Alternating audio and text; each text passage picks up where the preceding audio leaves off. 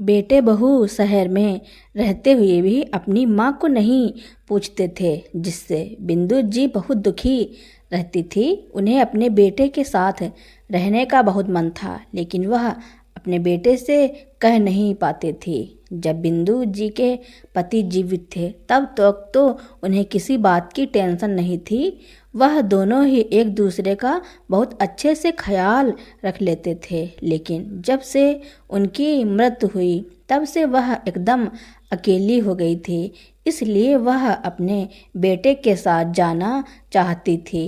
एक दिन अचानक उनके बेटे का फ़ोन आता है। वरुण कहता है कि माँ, आपकी बहू प्रेग्नेंट है, उसका 8वां महीना चल रहा है, उसकी तबीयत खराब रहती है, आप आकर यहाँ सब संभाल लीजिए, उससे अकेले कुछ संभाला नहीं जा रहा। यह सुनकर बिंदु जी बहुत खुश होती हैं कि मेरे पोता या पोती आने वाले हैं। कुछ ही दिनों में वह अपनी बहू के घर पहुँच जाते हैं और उसे घर की सारी जिम्मेदारी अपने कंधों पर उठा लेती हैं। बिंदु जी को देखते ही बहू बेटा आग बबूला होते हुए बोले, कहाँ गायब थी रात भर से? कल मैंने अपनी सारी सहेलियों को खाने पर बुलाया था और तुम इस तरह अचानक से गायब हो गई। इतने सारे लोगों का खाना ना बनाना पड़े, इसलिए काम चोरी करके गायब हो गई थी। मुझे सब समझ में आता है, बहुत ज़्यादा दिमाग खराब हो गया है तुम्हारा। अगर आप कभी आइंदा से बिना बताए घर से गायब हुई तो मुझसे बुरा कोई नहीं होगा। तुम्हें और तुम्हारे सामान को घर से बाहर निकाल कर फेंक दूंगी। अब खड़ी खड़ी मेरा मुंह क्या देख रही हो? रसोई में कल के ढेर सारे बर्तन पड़े हैं, उनको साफ करो और खाने के लिए कुछ अच्छा सा बनाओ। अपने शॉपिंग बैग को टेबल पर पटक कर सोफे पर बैठती हुई पायल ने अपनी सास को आवाज़ देते हुए कहा, अरे बुढ़िया, कहाँ मर गई? मेरे लिए एक गिलास पानी लेकर आओ। बाहर इतनी गर्मी है, पूरे मार्केट में घूम घूम कर मेरी हालत खराब हो गई है। पायल सोफे पर आंखें बंद करके 5 मिनट तक बैठी रही। जब उसकी सास पानी लेकर नहीं आई तो वह अपनी आंखें खोलकर चिल्लाती हुई कहती है, समझ में नहीं आता है, मैंने तुमसे पानी मांगा है, अभी तक पानी नहीं लाई। कमरे से निकलती हुई बिंदु जी बहू से कहती हैं, बहू, मैं अभी अपनी बालों में कंघी कर रही हूँ, कंघी करने के बाद पानी देती हूँ, या तुम रसोई में जाकर खुद ही पानी ले लो। बुढ़िया, मैं तुम्हारी जुल्फ़ों से परेशान हो गई हूँ। पूरे घर में तुम्हारी जुल्फ़ें लहराती रहती हैं, इधर उधर पड़ी होती हैं। अपने बालों का जूड़ा बना कर रखा करो। मैंने तुमसे कितनी बार कहा है कि कमरे में खड़े होकर कंघी मत किया करो। अगर कंघी करनी है या तो ऊपर छत पर जाया करो या फिर बाहर वाले एरिया में जाकर कंघी किया करो। मुझे घर के अंदर तुम्हारे एक भी बाल पसंद नहीं हैं। खाने के समय तुम्हारे सफ़ेद बाल अगर डाइनिंग टेबल पर दिख जाते हैं तो मुझे उल्टी आती है, फिर खाना खाने का भी मन नहीं करता। लेकिन मुझे समझ नहीं आता है, कितना भी समझा लो, घर की कंवार ही रहोगी। कंघी बाद में करना, पहले मुझे पानी देकर जाओ, मैं बहुत थक कर आ रही हूँ। अपनी सास पर रोब दिखाती हुई पायल ऑर्डर देती है। बिंदु जी जल्दी से अपने बालों का जूड़ा बनाती हैं और पानी लेने के लिए चल पड़ती हैं। पीछे से पायल चिल्लाती हुई कहती है, ए बुढ़िया, पहले अपने हाथों को अच्छे से धुल लेना। अपने गंदे हाथों से मेरे लिए पानी का गिलास पकड़कर मत लाना। बिंदु जी जल्दी जल्दी हाथ धोकर बहू के लिए ठंडा पानी लेकर आती हैं। पानी पीने के बाद पायल कहती हैं, मैं मार्केट में शॉपिंग करके बहुत थक गई हूँ। ना तो मुझसे खाना बनाते बनेगा, ना ही रसोई का कोई काम करते बनेगा। आज शाम को मैंने अपने ऑफिस के सभी लोगों को खाने पर बुलाया है, उन्हीं सबके लिए गिफ्ट लेने गई थी। आधे घंटे की नींद लेने के बाद मैं तुम्हें बताऊंगी कि खाने में क्या क्या बनेगा। मैंने इस पर्ची में कुछ सामान मंगाने के लिए लिखा है। जल्दी से तैयार होकर पास की ही दुकान से यह सामान ले आओ। बहू सामान लेने जाऊंगी तो कुछ पैसे एक्स्ट्रा दे देना। मैं अपने आँख में डालने वाली दवाई भी ले आऊंगी, बहुत दिनों से ख़त्म हो गई है। हाथ में पैसे नहीं थे इसलिए नहीं ला पाई। 2 दिन से आँख में बहुत तेज़ दर्द हो रहा है। तुमसे कहने का सोच ही रही थी लेकिन भूल जाती थी। आज जब सामान लेने जाऊंगी तो अपनी दवाई भी ले आऊंगी। माँ जी, मुझे तुम्हारी यही आदत पसंद नहीं है। घर का कुछ सामान मंगाने के लिए तुम्हें पर्ची दो तो अपनी चीज़ें बताने लगती हो। तुम्हारी फरमाइश कभी ख़त्म ही नहीं होती हैं। तुम्हें पता है तुम्हारी दवाई पूरे 500 रुपए की आती हैं। तुम्हें महीने में 2 शीशी चाहिए।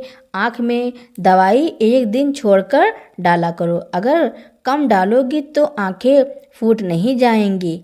थोड़ा बहुत बुढ़ापे में आँखों में दर्द बना रहता है। सहना सीख लो। कमाने के लिए एक पैसा नहीं हो और खर्च करने के लिए चली जाती हो। मेरे सर पर अभी मैं कोई पैसे नहीं दे रही। वैसे भी शॉपिंग में पूरे 20,000 रुपये खर्च करके आई हूँ और अब तुम्हें चाहिए। मेरे पास नहीं है पैसे वैसे। इतना कहकर पायल अपने शॉपिंग बैग उठाकर अंदर कमरे में चली गई और थोड़े से पैसे और सामान का पर्चा डाइनिंग टेबल पर रख गई। अपनी बहू की कड़वी बातें सुनकर बिंदु जी की आंखों में आंसू आ गए। क्या सोचकर मैं अपने बेटे बहू के पास शहर आई थी और क्या देखने को मिल गया है। बहू बेटे ने मुझे छोटी छोटी चीज़ों के लिए तरसा दिया है, अपने बच्चों की आया बना दिया है। बहू बेटे दोनों ही नौकरी करते हैं। मैं घर पर रहकर पूरा घर संभालती हूँ। बेटे बहू के बच्चों को देखती हूँ, रसोई संभालती हूँ। इतने काम तो मैंने अपने समय पर भी नहीं किए जितने बहू बेटे के राज में करने पड़ रहे हैं। चलो, काम करने में इतनी तकलीफ नहीं होती है लेकिन बुढ़ापे पर शरीर भी साथ नहीं देता है। कभी कमर दर्द होती है तो कभी घुटनों में दर्द होता है। जब बहू बेटे इतना काम कराते हैं तो उनका भी फर्ज बनता है मेरी छोटी मोटी तकलीफ़ों का ध्यान रखें। लेकिन नहीं, काम कराने के लिए तो बहू बेटे कहते हैं 8-8 लोगों को घर में खाने के लिए बुला लेते हैं और उनका खाना बनाने के लिए ऐसे ऑर्डर दे देते हैं जैसे मैं हमेशा से किसी होटल में काम करती आई हूँ। मुझसे एक बार भी नहीं पूछते हैं कि आप इतने सारे लोगों का खाना बना पाओगी या नहीं। मेरी ही मति मारी गई थी जो अपना अच्छा खासा गांव का घर छोड़कर बहू बेटे के पास आ गई। लेकिन क्या करती, गांव में बीच रास्ते में मेरे पति मुझे छोड़कर चले गए। बहू बेटे के अलावा पूरे परिवार में कोई था भी नहीं। पति के जाने के 5 साल तक बहू बेटे ने मुझे अपने पास आने के लिए एक बार भी नहीं कहा। लेकिन जैसे ही बहू के बच्चा होने वाला था तो बहू बेटे मुझे अपने पास यह कहकर बुला लिया कि माँ जी, आप दादी बनने वाली हैं। पायल को आपकी ज़रूरत है। आप गांव में अकेली रहती हैं, आपको भी हमारी ज़रूरत है। हमारे पास ही आ जाओ, हमें भी अच्छा लगेगा और आपको भी अच्छा लगेगा। बिंदु जी के आने के बाद ही पायल ने घर की सारी जिम्मेदारी बिंदु जी को सौंप दी। वह पूरे 7 महीने तक आराम से अपने ऑफिस गईं। 7 महीने के बाद उसने घर के काम बिल्कुल ही करने छोड़ दिए। पहले वह अपने टिफ़िन वगैरह भी पैक कर लेती थी, थोड़ी बहुत बाहर का काम भी देख लेती थी, लेकिन अब कुछ ही नहीं करती। 9 महीने बाद पायल को जुड़वा बच्चे पैदा हुए, एक बेटा और एक बेटी। बेटा बेटी होने के बाद बिंदु जी के पास जिम्मेदारियों का पहाड़ टूट पड़ा। बेचारी पूरा दिन रसोई संभालती, आने जाने वाले लोगों को देखती, रात रात भर जागकर पोता पोती को देखना पड़ता, क्योंकि पायल यह कहकर रात में बच्चों को बिंदु जी को पकड़ा देती थी कि यह रो रहे हैं, आप ही संभालो, मुझसे नहीं संभाले जाते। इनको ऊपर का दूध पिलाकर और कपड़े चेंज करके सुला देना, मुझे बहुत नींद आ रही है। इतने सारे कामों के बीच बिंदु जी चिकर गिन्नी की तरह अपने बहू बेटे के पास घूम रही हैं। पूरे 6 महीने बाद बिंदु जी की हालत यह हो गई थी कि जब वह गांव से आई थी तो अच्छी खासी हट्टी कट्टी थी, घुटनों या कमर में दर्द की कोई शिकायत नहीं थी। लेकिन शहर में इतने सारे काम करने से, खड़े खड़े रसोई में खाना बनाने से उनकी कमर में और घुटनों में दर्द होने लगा। उनका वजन भी घट गया, चेहरे पर झुर्रियाँ दिखाई देने लगी, बाल एकदम से सफ़ेद हो गए। बेटे बहू के पास साल भर में ही उनका बुढ़ापा झलकने लगा। इतनी सारी जिम्मेदारियों के बीच बिंदु जी अपने खाने पीने का ठीक से ध्यान नहीं रख पा रही थी, जिसकी वजह से उनके शरीर में बहुत कमजोरी आ गई थी। एक दिन वह काम करते करते चक्कर खाकर गिर गईं। बिंदु जी का बेटा वरुण उनको हॉस्पिटल लेकर दिखाने गया। दिखाने के बाद घर लेकर आ गया। कुछ दवाइयाँ देते हुए अपनी माँ से कहा, अपना ध्यान रखा करो और घर में थोड़ा ठीक से चला करो।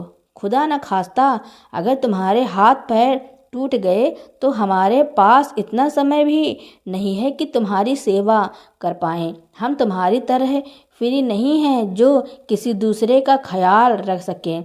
इधर तुम्हें अपना ख्याल खुद ही रखना पड़ेगा। अपने बेटे की इतनी कड़वी बातें और अपने लिए दूसरा सुनकर बिंदु जी की आंखें आंसुओं से भर गईं। अब उनसे अपने बेटे बहू की यह बेरुखी बर्दाश्त नहीं हो रही थी। उन्हें सब समझ आ गया था कि बेटा बहू सब स्वार्थ से ही जुड़े हुए हैं, सिर्फ अपने काम बनाते रहते हैं। मेरा तो किसी को ख्याल ही नहीं है। दोनों अपनी जॉब करने में लगे रहते हैं। आज जब उन्हें मेरी ज़रूरत पड़ी तो अपने पास ले आए, लेकिन जब मेरी तबीयत खराब हुई तो उन्होंने साफ साफ मेरी सेवा करने से इनकार कर दिया। अरे अगर बुढ़ापे पर बहू बेटा सेवा नहीं करेंगे तो कौन करेगा? मैं भी पूरे 1 साल से बहू और पोता पोती की सेवा करने में लगी हूँ। खाना बनाती हूँ, टिफ़िन लगाती हूँ, घर संभालती हूँ, बच्चे संभालती हूँ और अपने बेटे बहू के स्वार्थ और बेरुखी को देखते हुए बिंदु जी ने सोच लिया था कि अब वह अपने गांव वापस चली जाएंगी। बहू बेटे के पास बहुत रह लिया, अब दोनों बच्चे भी बड़े हो गए हैं, मुझे इधर नहीं रहना। वह अपने बेटे से गांव जाने की बात करती हैं तो बेटा कहता है, गांव में जाकर क्या करोगी? गांव का घर मैंने बेच दिया। क्या बेटा, तुमने गांव का घर बेच दिया? अपने बेटे की बात सुनकर बिंदु जी की आंखें फटी रह जाती हैं। तुमने गांव का घर कब बेचा और मुझे बताया क्यों नहीं? अरे गांव का घर बेचने से पहले एक बार मुझसे पूछ तो लेते। तुमने मुझसे पूछना भी जरूरी नहीं समझा। बिंदु जी के गांव का घर बिक जाने की वजह से आंसू बहे जा रहे हैं। आंसू भी बहे क्यों ना, पूरी जिंदगी उसी घर में रही हैं, उसी घर में ब्याह कर आई थी। उस घर से उनकी बहुत सारी यादें जुड़ी हुई थी। जिस घर से बिंदु जी की इतनी सारी यादें जुड़ी थी, उसी घर को बेटे ने बिना बताए ही बेच दिया। घर बेचने की बात सुनकर कितने हफ्तों तक बिंदु जी को नींद नहीं आई। उनको ऐसे लगा कि अब वह बेटे बहू के घर में कैद हो गई हैं, ना तो कहीं आ सकती हैं ना कहीं जा सकती हैं। गांव का घर भी बेच दिया है। अब उन्हें पूरी जिंदगी अपने बेटे बहू के पास ही काटनी पड़ेगी। इसके अलावा कोई दूसरा जरिया भी नहीं है। लेकिन बिंदु जी भी क्या करती, आखिरकार उन्होंने इसी को अपनी किस्मत मानकर समझौता कर लिया और बहू बेटे के पास रहने लगे। पहले की तरह ही घर की जिम्मेदारियों को संभाल रही हैं। बहू बेटे किसी को अपनी माँ की नहीं पड़ी है। छोटी छोटी ज़रूरतों का भी बहू बेटा बिंदु जी का ख्याल नहीं रखते हैं। बिंदु जी को बहुत बुरा लगता है कि मैं इतना कुछ करती हूँ, लेकिन बहू बेटे छोटी छोटी चीज़ों के लिए मुझे तरसाते हैं। डाइनिंग टेबल पर बैठी बैठी बिंदु जी अपने बहू बेटे की बातों को सोच सोच कर दुखी हो रही थी। थोड़ी ही देर में पायल नींद से जागती है तो देखती है कि उसकी सास अभी तक डाइनिंग टेबल पर ही बैठी हैं। पैसे और पर्चा भी डाइनिंग टेबल पर पड़ा है, अभी तक कोई सामान लेकर नहीं आई। हड़काती हुई पायल कहती है, क्या माँ जी अभी तक इधर ही बैठी हो? मेरी सहेलियों के आने का समय हो रहा है, 3 घंटे बाद वह सब आ जाएंगी। तुम अभी तक इधर ही बैठी हो, जल्दी से जाओ सामान लेकर आओ। बिंदु जी पैसे और सामान की पर्ची लेकर घर से बाहर निकल गईं। बिंदु जी को घर से गए हुए पूरे 3 घंटे हो गए। उनका बेटा वरुण भी अपने ऑफिस से आ गया।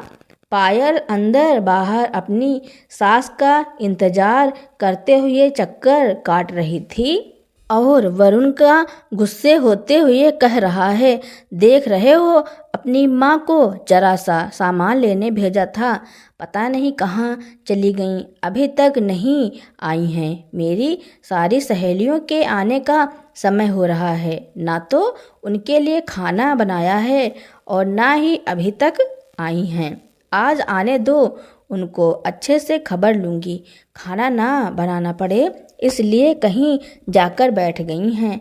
आज तुम्हारी माँ की खैर नहीं है, अच्छे से उनकी खबर लूँगी। वरुण भी गुस्से से तमतमाते हुए अपनी माँ को फ़ोन मिलाने की कोशिश करता है, लेकिन बिंदु जी अपने बेटे का फ़ोन नहीं उठाती हैं। बहू बेटे दोनों ही गुस्से से तमतमाते हैं। सच में पायल, तुम सही कह रही हो, आज तो माँ ने हद ही कर दी है। आने दो आज माँ को, मैं अच्छे से उनको समझाऊंगा। पायल घबराती हुई वरुण से कहती है, वरुण, तुम्हारी माँ तो अभी तक नहीं आई है, अब बताओ, मेरी सहेलियों के आने में सिर्फ आधा घंटा रह गया है, इतनी जल्दी मैं इतने सारे लोगों का खाना नहीं बना पाऊंगी। तुम कुछ इंतजाम करो, किसी अच्छे से होटल से खाना पैक कराकर ले आओ, साथ ही स्नैक्स भी पैक करा लाना। आग बबूला होता हुआ वरुण जल्दी से अपनी गाड़ी निकाल कर होटल से खाना पैक कराने के लिए चला गया। पायल की सारी सहेलियां घर पर भी आ गईं, उनकी पार्टी भी हो गई और सारी सहेलियां वापस से चली भी गईं, लेकिन बिंदु जी का कोई अता पता नहीं है। रात के 10 बज गए, लेकिन बेटे बहू ने एक बार भी अपनी माँ को ढूंढने की कोशिश नहीं की कि आखिर वह गई तो गई कहाँ हैं। आराम से बाहर वाले दरवाजे का ताला लगाकर बहू बेटे दोनों सो गए। पूरे दिन भर शॉपिंग करने के बाद में अपनी सहेलियों के साथ पार्टी करने की वजह से पायल बुरी तरह से थक गई। अब उसे रात में अपने छोटे बच्चे नहीं संभाले जा रहे हैं।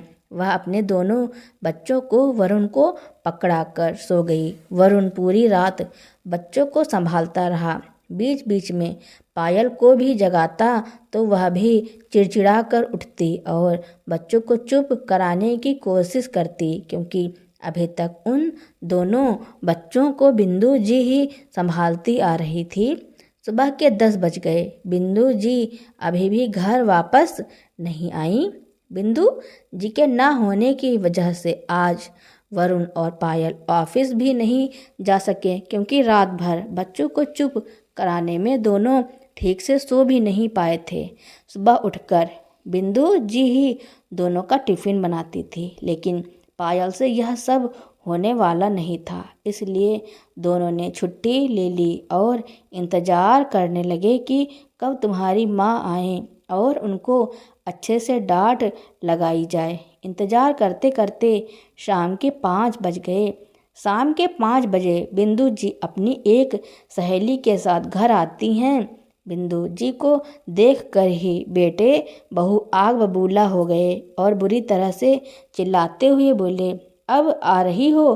कहाँ थी रात भर से? बिना बताए कहाँ चली गई थी? तुम्हें पता था मेरी सहेलियाँ आने वाली हैं, इतना सारा खाना बनाना था, खाना ना बनाना पड़े इसलिए काम चोरी करके पता नहीं कहाँ चली गई थी। अगर तुमने आइंदा से ऐसा किया तो समझ लेना घर से निकाल देंगे तुम्हें। अब संभालो इन बच्चों को। तुम्हारी वजह से आज हम दोनों ऑफिस भी नहीं जा पाए हैं। और हाँ, रसोई में कल के बर्तनों का ढेर लगा है, जल्दी से बर्तनों को साफ करो और हम सबके लिए अच्छा सा खाना बनाओ। बच्चों को संभालने के चक्कर में कुछ ढंग का खाना भी नहीं बना पाई हूँ। कल का जो कुछ बचा रखा था वही हम दोनों ने खाया। लेकिन बिंदु जी अपनी बहू से कड़क आवाज़ में कहती हैं, क्यों बहू, कल का बासी खाना क्यों खाया? भगवान ने तुम्हें 2 हाथ दिए हैं, ताज़ा खाना बनाकर खाती। मेरे राज में तो तुमने सुबह की रोटी शाम को नहीं खाई है, तो अपने राज में बासी खाना कैसे खा लिया? और खबरदार, अगर तुम दोनों में से किसी ने मुझ पर चिल्लाने की हिम्मत की तो इतना कहकर वह अपने कमरे में चली गईं। एक बैग निकाला और अलमारी के सारे कपड़े अपने बैग में भरने लगी। अपनी माँ के तेवर देखकर बेटा बहू दोनों ही दंग रह गए कि जो माँ हमारी बात सुनकर चुप रह जाती थी, चुपचाप से घर के सारे काम करती थी, आज उसमें इतनी हिम्मत कहाँ से आ गई कि वह हमसे जुबान लड़ा रही है, हमारे सामने अपना मुंह खोल रही है। क्योंकि उन्हें तो वही गिड़गिड़ाने वाली बिंदु जी पसंद थी। बेटा बहू बिंदु जी के कमरे में जाते हैं, उनको बैग में कपड़े लगाते हुए देखते हैं तो कहते हैं, अब तुम यह क्या कर रही हो? कपड़े लगाकर कहाँ जा रही हो? कुछ बताओगी भी? जरूर बताऊंगी, क्यों नहीं बताऊंगी, थोड़ा सब्र करो। बेटा अपना बैग लेकर बाहर अपनी सहेली को पकड़ाते हुए कहती है, बेटा मैंने एक निर्णय लिया है, अब मैं इस घर में नहीं रहूंगी। मैं इस घर को और तुम सबको छोड़कर पास के ही एक समाज सेवा केंद्र में जाकर रहूंगी। मैंने उधर सारी बात कर ली है और जो मेरे साथ सहेली आई है वह समाज सेवा केंद्र में ही रहती है। हम दोनों शाम को मंदिर में मिलते थे, जहाँ पर हमारी दोस्ती हो गई। विमला भी अपने बेटे और बहू की सताई हुई थी। पिछले 2 साल से समाज सेवा केंद्र में ही रह रही हैं, जहाँ पर अचार पापड़ बनाने का काम किया जाता है।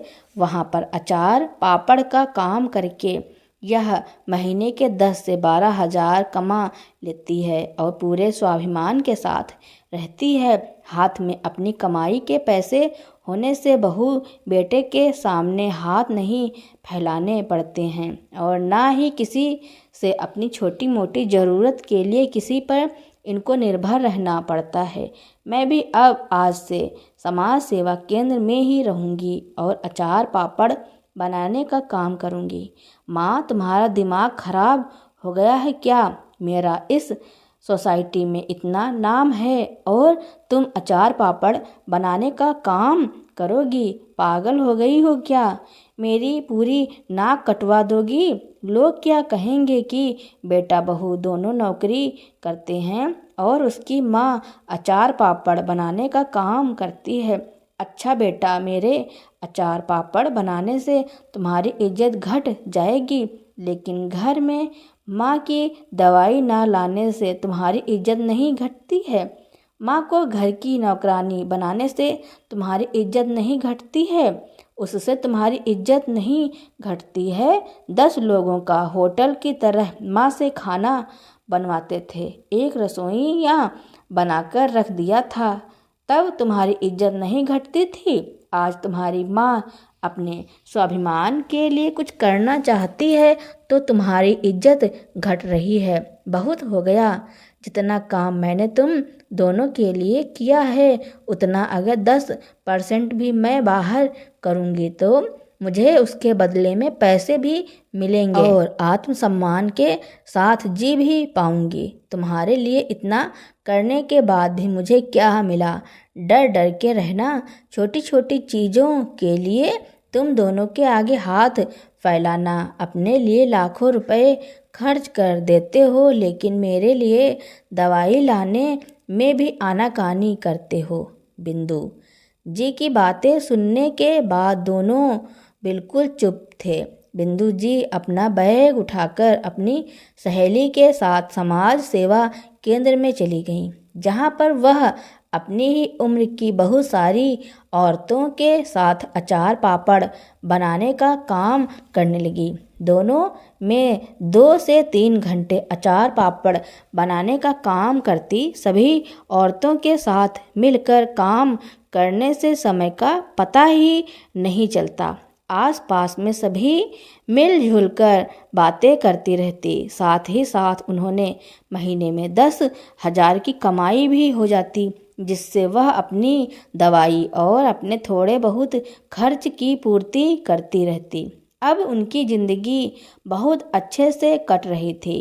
वह बहुत खुश रहती थी। वहाँ रहते हुए उनके शरीर में बहुत बदलाव आ गए थे। उनका शरीर चुस्त और देखने में मजबूत लगने लगा था। पहले तो वह बेटे बहू के घर में रहते हुए काम करते करते एकदम बीमार, लाचार, कमज़ोर मालूम होती थी, लेकिन अब ऐसा नहीं था। वहीं दूसरी तरफ कई दिनों तक छुट्टी लेने की वजह से पायल और वरुण की जॉब चली गई। अब उन्हें हर चीज़ की परेशानी होने लगी। अब दोनों को अपनी गलती का एहसास हो रहा था, क्योंकि जब माँ थी तब वह उनके बेटे और बेटी को संभाल लिया करती थी। जब से वह चली गई तब से उन दोनों को अपने बच्चों को खुद ही संभालना होता था, घर का काम करना होता था, इसके साथ साथ जॉब भी जाना होता था। यह सब उनसे नहीं मैनेज हो पा रहा था। अब वह अपनी माँ से मदद मांगने के लिए जाते हैं तो माँ उन्हें वहाँ से वापस जाने को कहती है और कहती है कि मैं तुम्हारे साथ नहीं जा सकती, तुम्हें जैसे जो करना है वैसे कर सकते हो। यह सुनकर वह वहाँ से चले गए। तो दोस्तों, बिंदु जी ने अपने बेटे और बहू के साथ जो किया उसके बारे में आपका क्या कहना है और यह कहानी आपको कैसी लगी कमेंट में ज़रूर लिखना। मेरी कहानी सुनने के लिए आपका बहुत बहुत धन्यवाद।